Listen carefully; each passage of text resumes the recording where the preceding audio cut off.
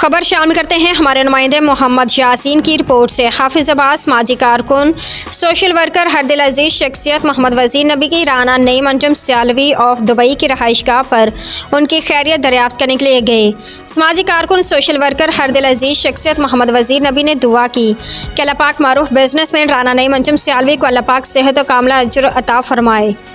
एक बार फिर आपको बताते चलें, हाफिजाबाद समाजी कारकुन, सोशल वर्कर, हरदिल अजीज़ शख्सियत मोहम्मद वज़ीर नबी की राना नईम अंजुम सियालवी ऑफ दुबई की रहाइशगाह पर उनकी खैरियत दरियाफ्त करने के लिए गए। समाजी कारकुन, सोशल वर्कर, हरदिल अजीज़ शख्सियत मोहम्मद वज़ीर नबी ने दुआ की कि अल्लाह पाक मारूफ बिजनेसमैन राना नईम अंजुम सियालवी को अल्लाह पाक सेहत कामला अजर अता फरमाए।